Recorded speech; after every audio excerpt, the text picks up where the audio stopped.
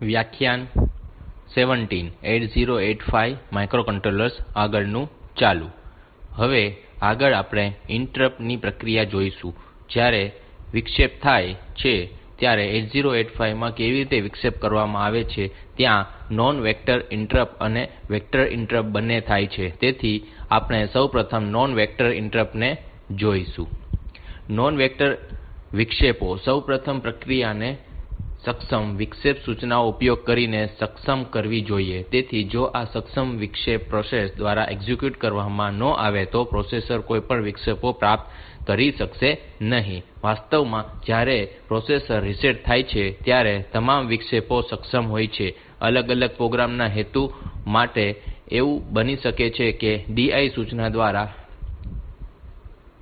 Interrupt ને સક્ષમ કરવામાં આવ્યું હોય. તેથી જો આ EI કરવામાં ન આવે તો વિક્ષેપ પ્રોસેસર સુધી પહોંચશે નહીં. અને તેથી અહીં ખાતરી કરવા માટે સૌપ્રથમ વસ્તુ એ છે કે EI સૂચનાનો ઉપયોગ કરીને વિક્ષેપો સક્ષમ કરવામાં આવે છે.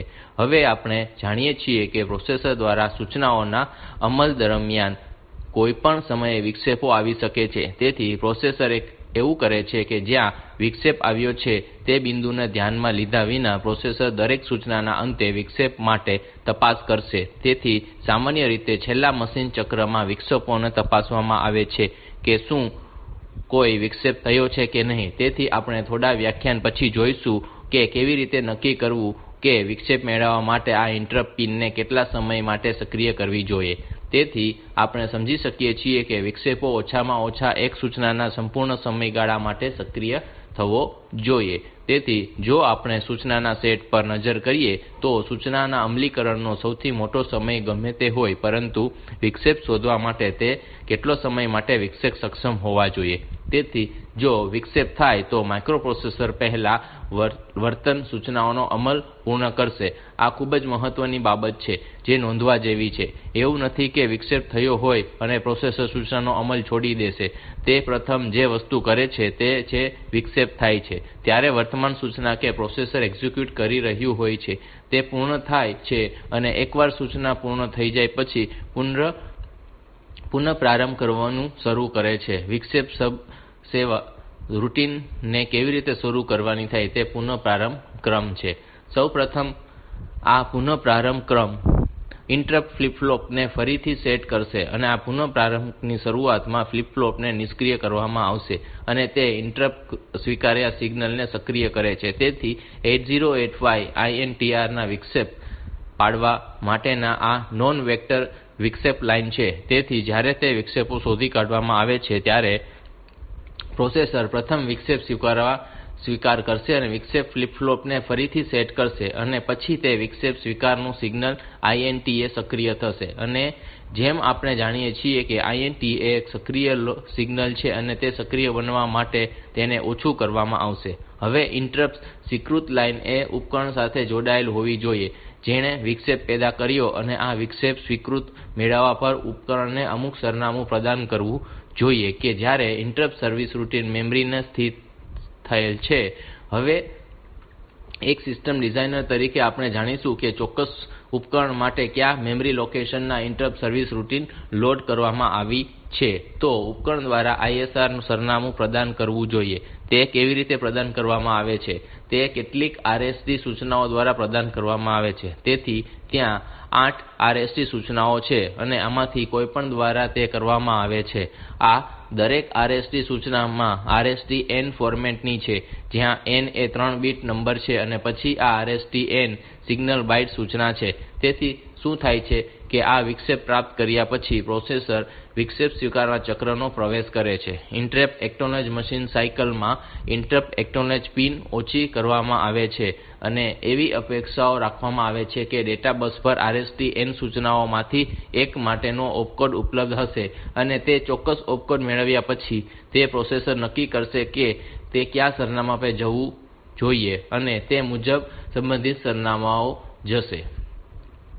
તેથી જ્યારે પ્રોસેસર ઉપકરણમાં મળેલી આ RST સૂચનાને એક્ઝિક્યુટ કરે છે ત્યારે આગળની સૂચનાનું સરનામું સ્ટેક માં આવે છે અને તેથી આ હવે RST સૂચના મળ્યા પછી તે RST સૂચનાઓનું અમલીકરણ કરે છે અને અહીં પ્રથમ વસ્તુ એ છે કે સ્ટેક માં રિટર્ન સરનામું સાચવશે. તો રિટર્ન સરનામું સ્ટેક માં સાચવવામાં આવે છે અને તે પ્રોસેસર યોગ્ય વિક્ષેપો અને ઇન્ટરપ્ટ વેક્ટર ટેબલ ની યોગ્ય એન્ટ્રી પર જશે. અને આ IVT એન્ટ્રી છે પ્રોસેસરને વાસ્તવિક સેવા રૂટિન પર રીડાયરેક્ટ કરવાની રહેશે. આવા 8 સ્થાનો આમાંથી એક RST કોડ નું શું બનેલું છે. હવે તેની કિંમત ગમે તે હોય તેના આધારે તે પૃષ્ઠ 002FF પૃષ્ઠમાં મેમરી માં ચોક્કસ સ્થાન પર પહોંચશે અને ચોક્કસ સ્થાન પર પહોંચશે અને પછી તે શરૂ થશે. તેથી તે બિંદુનો અમલ શરૂ થશે. અને તેથી જો તમારી ઇન્ટરપ્ટ સર્વિસ રૂટિન અલગ સરનામાંથી સ્થિત હોય તો આપણે ત્યાં જમ્પ સૂચના મૂકવી જોઈએ. તેથી પ્રોસેસર તે ચોક્કસ સ્થાન પર જાય છે. તેથી તે IVT ટેબલ એન્ટ્રી ની જવાબદારી છે. તેથી સામાન્ય રીતે આપણે વાસ્તવિક સબરૂટિન પર જવા માટે ત્યાં જમ્પ સૂચના મૂકીએ છીએ. એક વસ્તુ જે સર્વિસ રૂટિનને કરવી જોઈએ તે એ છે કે તેણે EI સૂચનાનો ઉપયોગ કરીને વિક્ષેપોને સક્ષમ બનાવવું જોઈએ. કારણ કે જેવા આ વિક્ષેપ થાય છે તેવા તરત જ આપણે વિક્ષેપ સ્વીકાર ચક્ર પર જઈએ છીએ અથવા વિક્ષેપ નિષ્ક્રિય થઈ જાય છે અને ત્યારે INTR અસક્ષમ થઈ જાય છે. અને તેથી તે મહત્વપૂર્ણ છે કે ઇન્ટરપ્ટ સર્વિસ રૂટિન એ ફરીથી ઇન્ટરપ્ટ પ્રક્રિયા સક્ષમ કરવી, અન્યથા ભાવિ વિક્ષેપો સ્વીકારવામાં આવશે નહીં. અને સર્વિસ રૂટિન ના અંતે ત્યાં રિટર્ન સૂચનાઓ હોવી જોઈએ અને આ રૂટિન સૂચનાઓ એક્ઝિક્યુશન ને સ્થાને પાછી આવશે કે જ્યાં પ્રોગ્રામ માં વિક્ષેપ પડ્યો હતો. તો આપણે જોયું કે જ્યારે RST ઓપકોડ એક્ઝિક્યુટ થઈ રહ્યો હોય ત્યારે સિસ્ટમ રિટર્ન એડ્રેસ ને સ્ટેક માં સેવ કરે છે અને RET સૂચના મળવા પર તે સરનામું પુનઃપ્રાપ્ત કરવામાં આવે છે અને તે સરનામું પ્રોગ્રામ કાઉન્ટર માં લોડ કરવામાં આવશે જેથી પ્રોસેસર ને તે સૂચના પર પાછા ફરશે કે સૂચના તેની પાસે છે કે જેના પછી ત્યાં વિક્ષેપ પ્રાપ્ત થતો હતો અને તેથી તે આવી રીતે ચાલુ રહે છે. જો આપણે પ્રક્રિયાને વધુ સ્પષ્ટ રીતે જોઈએ તો હું કહી શકું છું કે આ પ્રોગ્રામ હોય કે જેના પર વિક્ષેપ આવ્યો છે ત્યારે કહો કે આ ચોક્કસ સૂચનાનો અમલ થતો હતો અને તે સમયે વિક્ષેપ થયો છે. તેથી પ્રોસેસર આના પર આવશે અને તેથી ઉપકરણમાંથી RST કોડ જનરેટ થશે અને તેથી કોઈ રીતે આ ઉપકરણ RST ઓપકોડ માટે RST n સૂચનાના ઓપકોડ બનાવશે અને આ પ્રોસેસરને અમુક સરનામા પર રીડાયરેક્ટ કરશે.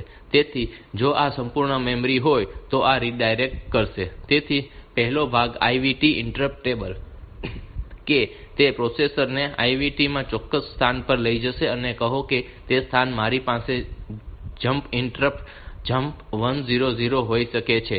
તેથી વાસ્તવિક ISR 1000 થી લોડ થાય છે અને જ્યારે આ ઓપકોડ RST 1 એક્ઝિક્યુટ કરવામાં આવે ત્યારે રિટર્ન એડ્રેસ સ્ટેક માં સેવ કરવામાં આવે છે. તેથી આ સરનામું સ્ટેક માં સાચવવામાં આવે છે. હવે આ જમ્પ 100 થી તે અહીં આવશે અને તેથી તે એક અગત્યની બાબત જેણે અહીં કરવામાં આવી છે તે ઇન્ટરપ્ટ ને સક્ષમ કરવું જોઈએ, અન્યથા ઇન્ટરપ્ટ અસક્ષમ થઈ જશે અને અંતે રિટર્ન માટે RET સૂચના હોવી જોઈએ.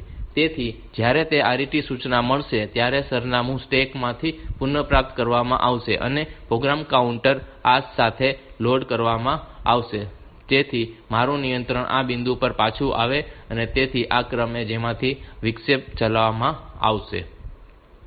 તેથી 8085 ના કિસ્સામાં RST 0 નામના 8 આવી પુનઃપ્રારંભ સૂચનાઓ છે. 7 થી આ દરેક એક્ઝિક્યુશન ને ચોક્કસ પૂર્વનિર્ધારિત હાર્ડવેર મેમરી એડ્રેસ પર મોકલશે. તેથી RST 0 એ 000 કૉલ કરવા માટે સક્ષમ છે અને તેથી તે સ્થાન 0 પર નિયંત્રિત મોકલશે અને પ્રોસેસર ની રીસેટ પિન અથવા RST 0 ને સક્રિય કરતું રીસેટ બટન દબાવવાનું જ છે. તેથી તે નિયંત્રણનું સ્થાન 000 પર સ્થાનાંતરિત કરશે અને પછી તે RST 1 એ 0008 છે. તેથી RST 2 એ 0010 છે જે દશાંશમાં 16 છે. તેથી તમે જુઓ કે જ્યારે તે થઈ રહ્યું છે કે તે સૂચના RST n હોય તો આ n ને 8 વડે ગુણાકાર કરવામાં આવે છે અને મૂલ્ય ગમે તે હોય પરંતુ પ્રોસેસર તે ચોક્કસ સરનામા પર જમ્પ કરશે અને તેથી જો તે RST 4 હોય તો 4 × 8 એ 32 થાય છે અને તેથી તે 00208 સરનામા પર જશે. તેથી તે રીતે તે સ્થાન પર ઇન્ટરપ્ટ સર્વિસ રૂટિન અસ્તિત્વમાં હોવું જોઈએ અને તેથી તે વાસ્તવિક રૂટિન માટે જમ્પ સૂચના હોઈ શકે છે અથવા જો રૂટિન ખૂબ જ નાનું હોય તો કારણે તમે જુઓ કે બે ક્રમિક RST સ્થાનો વચ્ચે આપણને 8 બીટ સ્પેસ મળે છે. અને તેથી જો મારી પાસે ઇન્ટરપ્ટ સર્વિસ રૂટિન બહુ નાની હોય તો હું તેને 8 બીટ માં પકડી પાડું છું. તેથી પર્યાપ્ત હોય અને જો ન હોય તો આપણે જમ્પ ઇન્સ્ટ્રક્શન મૂકીને ત્યાં જઈએ તો આગળ આપણી પાસે આ હશે તેનો ક્રમ આવો હોય છે.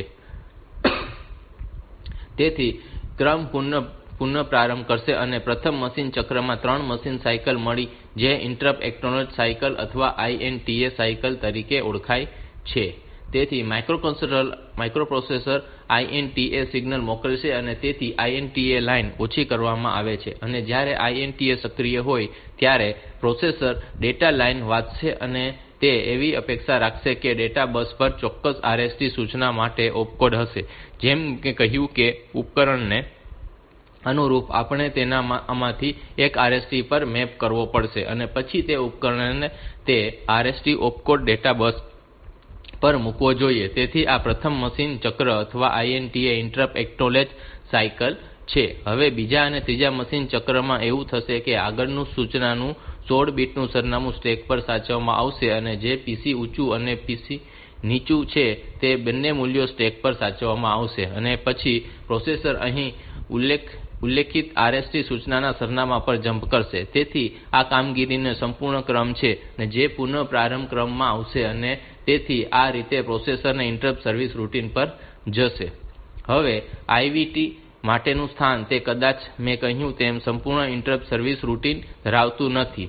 તેથી રૂટિન બીજે ક્યાંક લખવામાં આવી શકે છે અને આપણે અહીં લેવા માટે ISR સ્થાન પર જમ્પ સૂચના આપી શકીએ છીએ જે ઇન્ટરપ્ટ IVP બ્લોક માં રાખવામાં આવે છે.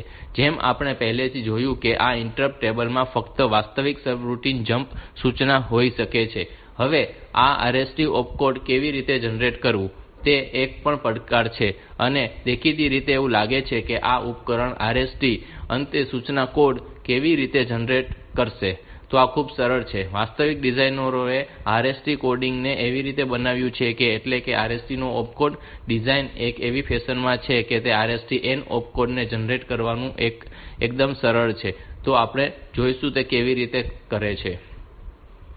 જેમ આપણે જાણીએ છીએ કે INTA સિગ્નલ ના પ્રભાવિત પર 8 બીટ પેટર્ન જનરેટ કરવાની હોય છે તે આવી રીતે આપણે જોઈ શકીએ છીએ કે RST ઓપકોડ જનરેટ થાય છે. તેથી ઉદાહરણ તરીકે ધારો કે આપણે RST 5 સૂચનાને જોઈ રહ્યા છીએ. તેથી RST સૂચના ઓપકોડ માં જો તમે બિટ્સ માં જુઓ તો આ બિટ્સ નિશ્ચિત છે જેમ કે D7 D6 પછી D7 D6 પછી ખરેખર આ બીટ નંબર 5 4 3 છે. તેથી આ 3 4 5 છે અને તેથી તેઓ વાસ્તવિક સંખ્યા હશે કે જે ઓપકોડ n નંબર છે અને આપણી પાસે બાકીના બિટ્સ છે તે બધા 1 છે. તેથી આ 3 બીટ નંબર છે અને આ 3 4 અને 5 છે. તેથી તેઓ પેટર્ન 101 અને બાકીના બિટ્સ ને પકડી રાખશે અને બાકીના બધા 1 છે.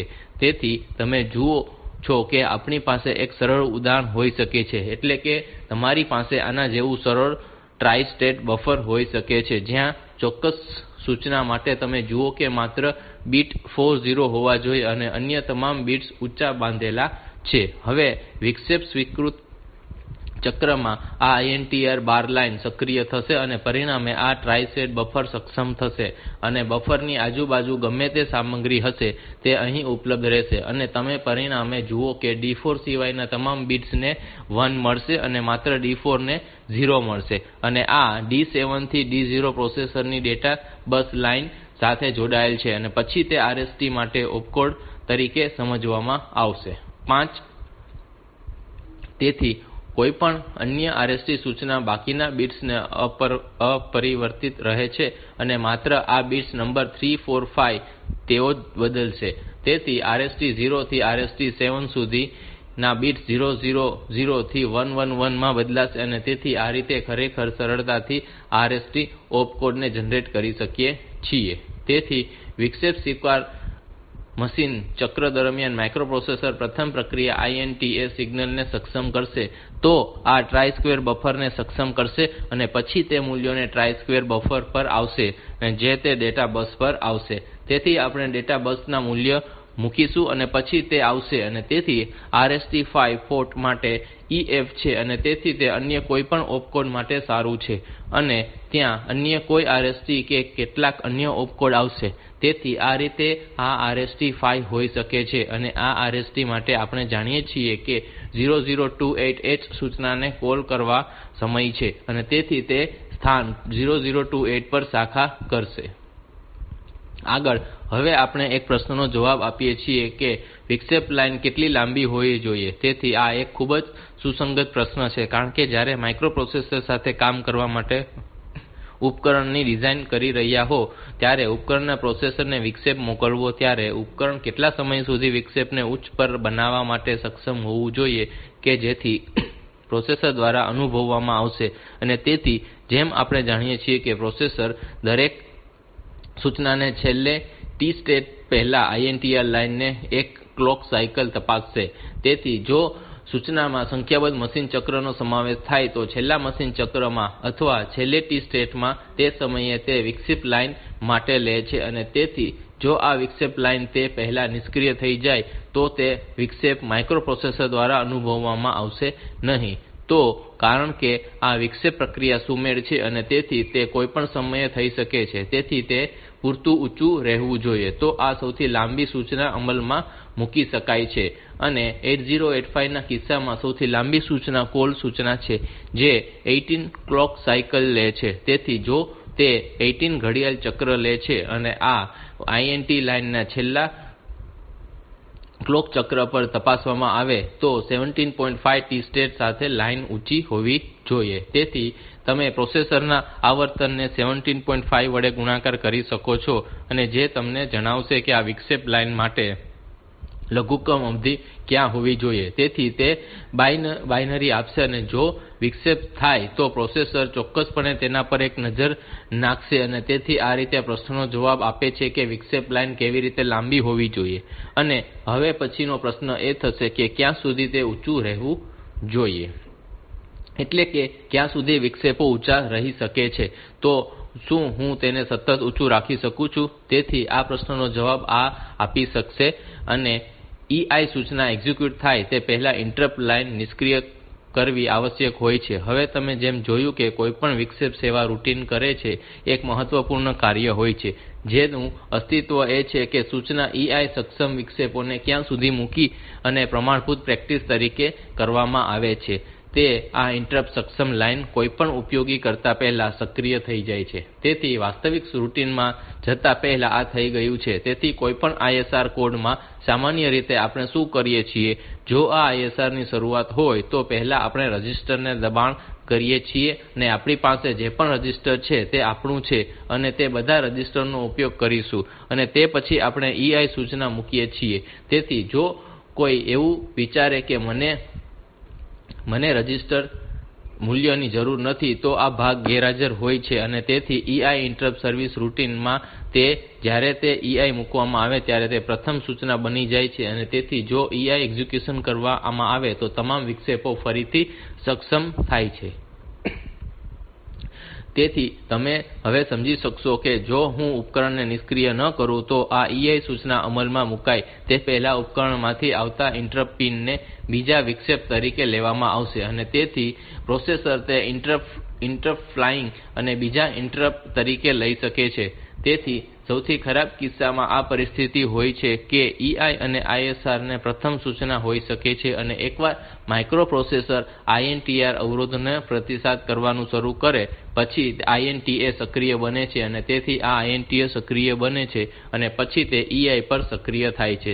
તેથી અન્ય વિક્ષેપો લેવામાં આવશે. તેથી તે પ્રમાણભૂત પ્રથા કે INTA સિગ્નલ મળવાની સાથે જ વિક્ષેપોને બંધ કરી દેવા જોઈએ. તેથી જ્યારે પણ ઉપકરણ પ્રોસેસર તરફથી INTA સિગ્નલ મેળવે છે ત્યારે તેણે ઇન્ટરપ્ટ લાઇન બંધ કરવી જોઈએ અને તેથી તે અનુસરવાની પ્રથા હોવી જોઈએ. હવે INTR વિક્ષેપ સંબંધિત અન્ય મુદ્દાઓ પર આવીએ તો ISR સંપૂર્ણ થાય તે પહેલાં માઇક્રોપ્રોસેસર ફરીથી વિક્ષેપ થઈ શકે છે. તો ત્યાં એકવાર વિક્ષેપ થયા પછી પ્રોસેસર ISR ને એક્ઝિક્યુટ કરી રહ્યું છે કે શું તેને વિક્ષેપ સમાપ્ત કરતા પહેલા ફરીથી વિક્ષેપ કરી શકાય છે. હવે તેનો જવાબ એકસાથે હા કે ના બંને છે અને તે વપરાશકર્તા પર આધાર રાખે છે, કારણ કે તમે જોઈ શકો છો કે એકવાર વિક્ષેપ આવી જાય પછી INTR અસક્ષમ થઈ જાય છે અને EI ની સૂચના મૂક્યા પછી જ તે સક્ષમ બનાવવામાં આવશે. તેથી જ્યારે પણ વપરાશકર્તાને લાગે છે કે હું આગામી વિક્ષેપ સ્વીકારવા માટે તૈયાર છું, ત્યારે EI ની સૂચના મૂકવી જોઈએ. અને તેથી જો વપરાશકર્તા વિચારે કે હવે કોઈ વિક્ષેપ ન આપવો જોઈએ અને હવે એકવાર હું ISR માં હોઉં તો EI એ ISR ના અંતમાં હોવા જોઈએ. અને જો વપરાશકર્તા વિચારે કે ખૂબ જ શરૂઆતથી હું આગામી વિક્ષેપ સ્વીકારવા જઈ રહ્યો છું, તો તે EI ને બદલે ISR ની શરૂઆતમાં હોવું જોઈએ. તેથી આ રીતે પ્રથમ વિક્ષેપ આવતાની સાથે જ તમામ માસ્કેબલ વિક્ષેપો અસક્ષમ થઈ જાય છે અને તેથી આ પ્રોસેસર દ્વારા કરવામાં આવે છે અને તેઓ EI સૂચનાનો અમલ કરી સક્ષમ કરે છે. તેથી હવે તમે EI સૂચના ક્યાં મૂકશો તે વપરાશકર્તાનું કામ છે. તેથી જો EI સૂચના ISR માં વહેલી મૂકવામાં આવે તો ISR પૂર્ણ થાય તે પહેલાં જ અન્ય ક્રિયાપ્રતિક્રિયાઓ થઈ અને તેથી આ વસ્તુ છે. તેથી તે બિંદુ કે જેના પર તમે આગામી વિક્ષેપ પ્રાપ્ત કરવા તૈયાર હો તો ત્યાં EI મૂકી શકો છો. હવે આગળ આપણે પ્રશ્નનો જવાબ આપીએ છીએ કે બહુવિધ વિક્ષેપો અને પ્રાથમિકતાઓ શું છે. જેમ કે મારી પાસે કેવી રીતે તેની પ્રાથમિકતા હોય અને તે અત્યાર સુધી કઈ રીતે વિશે વાત કરી છે તેના મને સિગ્નલ ઇન્ટરપ્ટ લાઇન અને પ્રોસેસર સાથે જોડાયેલ એક ઉપકરણ મળ્યું છે. હવે હું કઈ રીતે ખાતરી કરીશ કે એકલા INTR લાઇન નો ઉપયોગ કરીને સંખ્યાબંધ ઉપકરણો પ્રોસેસર સાથે જોડાયેલ હોઈ શકે છે અને ત્યાં તે ઉપકરણો વચ્ચે પ્રાથમિકતા હશે. અને ઉપકરણ તરીકે INTR લાઇન દ્વારા માઇક્રોપ્રોસેસર સાથે જોડાયેલ 8 ઉપકરણો હોઈ શકે છે અને ત્યાં પ્રાથમિકતા હશે. તેથી ઉપકરણ 1 એ ઉચ્ચતમ અગ્રતા ધરાવે છે અને ત્યારબાદ ઉપકરણ 2 એ ઉપકરણ 3 વગેરે હોવું જોઈએ. તેથી જો ઉચ્ચ પ્રાથમિકતા ઉપકરણોને પ્રોસેસરને વિક્ષેપ ન આપ્યો હોય તો તે ઓછી પ્રાધાન્યતા ધરાવતા ઉપકરણોને પ્રોસેસરને વિક્ષેપ કરવાની મંજૂરી આપવામાં આવશે. તેથી લાક્ષણિક ડિઝાઇન આના જેવી હોઈ શકે છે અને વિવિધ પ્રોસેસર માંથી આવતી આ બધી ઇન્ટરપ્ટ લાઇન મળે છે તેને આપણે OR ગેટ પ્રકારની વસ્તુમાં મૂકીએ છીએ અને પછી તે માઇક્રોપ્રોસેસર INTR ને આપે છે. પરંતુ જો આપણે આમ કરીએ તો સમસ્યા એ હોય છે કે આ બધી લાઈન તેઓ સમાન અગ્રતા ધરાવે છે. તેથી આવનાર કોઈપણ વિક્ષેપો તે પ્રોસેસર ને વિક્ષેપિત કરશે અને આપણે ઈચ્છતા નથી. તો આપણે એવું ઈચ્છીએ છીએ કે જ્યારે ઉપકરણ વિક્ષેપ પાડે ત્યારે બાકીના ઉપકરણોને વિક્ષેપિત કરવાની મંજૂરી આપવી જોઈએ નહીં. એ જ રીતે બીજાને વિક્ષેપ પાડવાની મંજૂરી ત્યારે જ આપવામાં આવે કે જો પ્રથમ વિક્ષેપ પેદા ન કરે તો કેવી રીતે તે કરી શકે. તેથી આપણે હવે જોઈશું.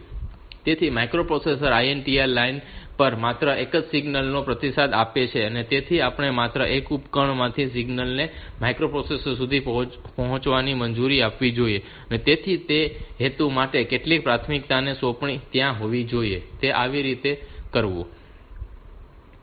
તેથી તે હેતુ માટે એક ખાસ ચિપ હોય છે જે પ્રાયોરિટી એન્કોડર તરીકે ઓળખાય છે અથવા ચિપ નંબર 7436 તરીકે ઓળખાય છે. અને આ ચોક્કસ સર્કિટ માં 8 ઇનપુટ અને 3 આઉટપુટ હોય છે. ઇનપુટ ત્યાં છે અને આ વાસ્તવમાં પ્રાથમિકતા એન્કોડર છે. તેથી આ ચિપ સાથે સંખ્યાબંધ ઉપકરણો જોડાયેલા હોઈ શકે છે. તેથી 8 ઉપકરણોને આ ચિપ સાથે કનેક્ટ કરી શકાય છે અને જે પિન સાથે ઉપકરણ જોડાયેલ છે તેની પ્રાથમિકતા નક્કી કરશે. તેથી ઇનપુટ 7 માં સૌથી વધુ પ્રાથમિક ઇનપુટ હોય છે અને 0 સૌથી નીચી પ્રાથમિક હોય છે. આ 3 આઉટપુટ તેઓ સૌથી વધુ પ્રાથમિકતા સક્રિય ઇનપુટ છે અને ઇન્ડેક્સ વહન કરશે. તેથી મને લાગે છે કે ત્યાં એક રેખાકૃતિ છે. તો આ રેખાકૃતિમાં તમે જુઓ કે 74138 છે. તેથી આપણી પાસે આ પ્રાથમિકતા એન્કોડર છે અને તેથી આ ઉપકરણ વાસ્તવમાં આ અગ્રતા એન્કોડર પર જોઈ રહ્યું છે. તેથી આ વિક્ષેપ રેખાઓ ત્યાંથી આવી રહી છે અને તેથી તે આ IO અને I7 છે. તેથી આ અહીં જોડાયેલ ઇન્ટરપ્ટ પ્લેન્સ છે. હવે આ એક ત્યાં અને આ ત્યાં આ 3 આઉટપુટ લાઇન મૂકી શકીએ છીએ. તેથી 8 ઇનપુટ અને 3 આઉટપુટ અને 3 આઉટપુટ લાઇન છે. તેથી તેઓને કેટલીક ટ્રાઇ સ્ટેટ બફર દ્વારા મૂકી શકાય છે. હવે તમે જોશો કે આ એન્કોડર ની ખાતરી કરવી પડશે કે ત્યાં I7 થયું હોય તો અહીં તેમને પેટર્ન 111 મળશે અને I6 થયું હોય તો I7 ન થયું હોય તો માત્ર અહીં પેટર્ન 110 મળશે. તેથી તે જ રીતે પણ સર્વોચ્ચ પ્રાધાન્યતા વિક્ષેપ આવ્યો છે અને તે મૂલ્ય ઇન્ડેક્સ માં આ 3 બીટ માં ઉપલબ્ધ થશે. તેથી આ 0 અહીં ફક્ત ત્યારે જ ઉપલબ્ધ થશે કે જ્યારે ઉપકરણ 1 થી ઉપકરણ 7 સુધીમાં કોઈપણ વિક્ષેપ આવ્યો ન હોય. તેથી હવે માત્ર ઉપકરણ 0 વિક્ષેપિત થાય છે અને તેથી તે કિસ્સામાં તમને અહીં પેટર્ન 000 મળશે. અને તેથી આ પ્રાયોરિટી એન્કોડર ને એક ઇન્ટરપ્ટ લાઇન મળે છે અને પ્રોસેસર ની ઇન્ટરપ્ટ લાઇન સાથે જોડાયેલ છે. અને ઇન્ટરપ્ટ સ્વીકારના ચક્રમાં તમે જુઓ કે આ ઇન્ટરપ્ટ ટેકનોલોજી ચક્ર છે. તેથી આ ટ્રાઇ સ્ટેટ બફર ને સક્ષમ કરશે અને જેથી આ 3 બીટ અહીં ઉપલબ્ધ હશે અને આ RST સૂચના માટે તમે જાણો છો કે અન્ય બિટ્સ છે અને તેથી તેઓ આ બધા બિટ્સ નંબર 3 4 5 ને સ્વીકારી રહ્યા છે જે n એટલે કે RST n મૂલ્યના આધારે બદલાઈ શકે છે. તેથી બાકીના બિટ્સ બધા 1 છે અને તેથી આ સર્કિટ દ્વારા અન્ય તમામ બિટ્સ ને એકસાથે બાંધીને રાખવામાં આવે છે. તેથી જ્યારે સ્વીકૃતિ ચક્ર વિક્ષેપ કરવાનો દાખલ થાય ત્યારે પ્રોસેસર આ INTR બાર લાઇન ને સક્ષમ કરે ત્યારે આ ટ્રાઇ સ્ટેટ બફર સક્રિય થાય છે અને આ તમામ RST ને n મૂલ્યમાં અહીં ઉપલબ્ધ કરશે. પરિણામે પ્રોસેસર આ બફર માં એક RST n સૂચના જોશે અને અનુરૂપ વિક્ષેપ સબરૂટિન પર જશે. હવે તે મોકલવા માટે પૃથ્થકરણ ઉપકરણોને ઇન્ટરપ્ટ એક્નોલેજ લાઇન પર શું કરવામાં આવે છે. અહીં એક ડીકોડર કાર્યરત છે. તે 74138 ડીકોડર છે. તેથી અહીં આ 3 બીટ ટ્રાઇ સ્ટેટ બફર માંથી આ 3 બિટ્સ સાથે જોડાયેલ છે અને તેઓ અહીં જોડાયેલ છે અને જે ઉપકરણને સિસ્ટમ માં વિક્ષેપ પાડવાની જરૂર આપવામાં આવે છે તે સર્વોચ્ચ પ્રાથમિકતા ઉપકરણ છે.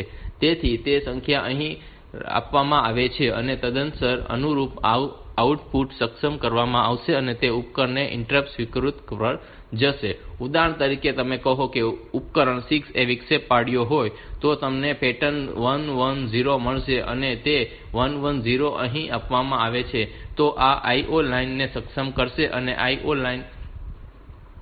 લાઇન ઉપકરણને 6 INTR સિગ્નલ મોકલશે અને અહીં નહીં મોકલે. અને તમે કહો કે 6 5 4 3 માંથી 5 એ બધા વિક્ષેપ પાડ્યો હોય તો માત્ર ઉપકરણ 6 ને વિક્ષેપ સ્વીકૃતિ મળશે અને અન્યને નહીં મળે. તો આ રીતે આપણે બહુ વિક્ષેપો અને તેમની પ્રાથમિકતાને નિયંત્રિત કરી શકીએ છીએ. હવે અલગ અલગ RST સૂચનાઓના ઓપકોડ તેઓ એક પેટર્ન બીટ D5 D4 અને D3 ને અનુસરે છે અને તેઓ પાસે ઓપકોડ હોય છે કે જે બિટ્સ બદલશે અને પછી તે RST માટે કોડ આવશે. અને 111 એ RST 7 છે અને 000 એ RST 0 છે અને અન્ય બિટ્સ હંમેશા 1 હોય. તેથી આ રીતે આપણે RST કોડ જનરેટ કરવા માટે પ્રાથમિકતા એન્કોડર નો ઉપયોગ કરી શકીએ છીએ.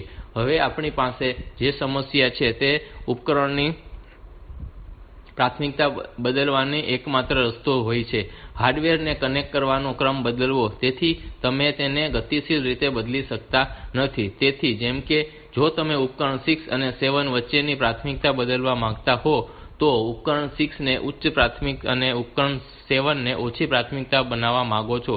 પરંતુ કિસ્સામાં મારે ઉપકરણ 6 એ I7 ઉપકરણ અને ઉપકરણ 7 એ I6 સાથે જોડવું પડશે. તેથી ભૌતિક રીતે મારે ક્રમમાં ફેરફાર કરવો પડશે. પરંતુ હજુ પણ નાની પ્રણાલીઓ માટે આ સારું છે. તેથી 8 ઉપકરણો સુધી આપણી પાસે પ્રાથમિકતા એન્કોડર હોઈ શકે છે.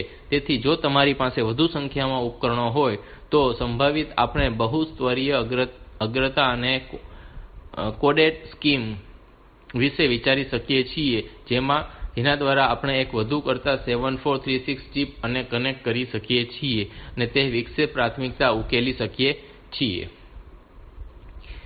તો બીજી તરફ માસ્કેબલ અથવા વેક્ટર ઇન્ટરપ્ટ છે અને 8085 માં 4 માસ્કેબલ વેક્ટર ઇન્ટરપ્ટ છે. તેઓ 5.5 6.5 અને 7.5 તરીકે ઓળખાય છે અને તે RST 5.5 6.5 અને 7.5 છે. અને બીજી બીજી TRAP સૂચના છે જે TRAP વિક્ષેપ છે અને આપણે જાણીએ છીએ કે તેને આપણે પછી જોઈશું. તેથી તે બધા માસ્કેબલ છે અને તે સૌપ્રથમ માસ્કેબલ ઇન્ટરપ્ટ 3, 5.5, 6.5 અને 7.5 છે અને તે માસ્કેબલ ઇન્ટરપ્ટ છે. અન્ય વિક્ષેપો અને તે TRAP ઉલ્લેખનીય છે કે તે નોન માસ્કેબલ ઇન્ટરપ્ટ છે અને આપમેળે વેક્ટર થાય છે. તેથી RST 5.5 વેક્ટર સરનામું 0028 છે અને 6.5 માટે તે 0034 છે અને 7.5 માટે તે 0036 છે. તેથી જ્યારે આ વિક્ષેપ થાય ત્યારે પ્રોસેસર 0027 સ્થાન પર જશે અને જ્યારે 6.5 થશે ત્યારે 0034 જશે. તેથી તમે જુઓ કે સરનામું 002C અને RST 5 અને RST 6 વચ્ચે છે. તે RST 5 અને 6 ને અનુરૂપ બંને સરનામાઓ વચ્ચે છે અને એટલા માટે RST 5.5 કહેવામાં આવે છે. એવી જ રીતે RST 6.5 અને 6 અને RST 7 તે બંને સરનામા વચ્ચે છે. તેથી તે 6.5 છે અને 7.5 એ 7 છે. પછી જે 4 બાઇટ્સ દૂર છે. તેથી તેવી જ રીતે 7.5 છે અને તે બંને વચ્ચેના અડધા સ્તર. તેથી તે વધુ એક નાનું નામ મળ્યું છે.